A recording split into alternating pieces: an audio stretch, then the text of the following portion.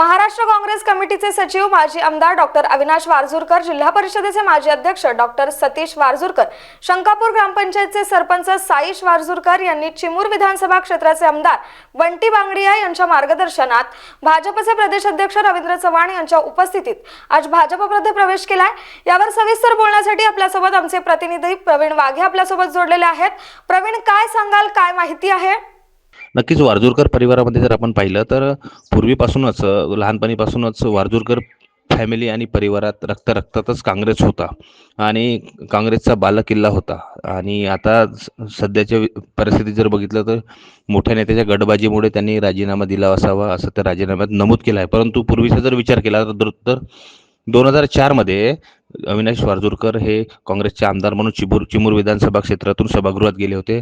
त्याच्यानंतर 2014 मध्ये अविनाश वारजूरकर यांचा पराभव झाला होता। त्यानंतर 2019 मध्ये आणि 2024 मध्ये सतीश वारजूरकर यांचा थोड्याशा मताने पराभव झाला।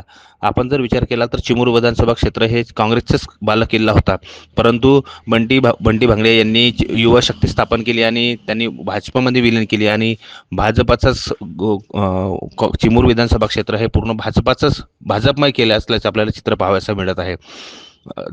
आपण जर विचार केला तर काही दिवसापासून चर्चा चालू होती की बड्या नेत्याचा प्रवेश होणार आहे, मात्र कोणाचा होता हे अद्याप निश्चित नव्हतं।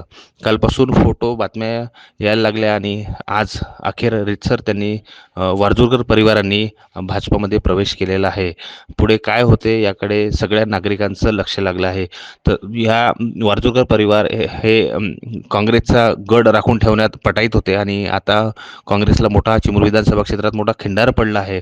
भाजपचा गड खूप मोठा मजबूत झाला आहे, त्याच्यामुळे कार्यकर्त्यांमध्ये संभ्रम निर्माण झाला आहे। आता पुढे काय होईल काय नाही याकडे चिमूर विधानसभा क्षेत्र वासी जनतेचं बारीक लक्ष लागलं आहे। नवनवीन घडामोडी पाहण्यासाठी स्टार महाराष्ट्र न्यूजला सबस्क्राईब करा आणि ताज्या बातम्यांचे अपडेट मिळवण्यासाठी बेल आयकॉनला प्रेस करा आणि परिपूर्ण बातमी बरोबर रहा, इतरांपेक्षा एक पाऊल पुढे।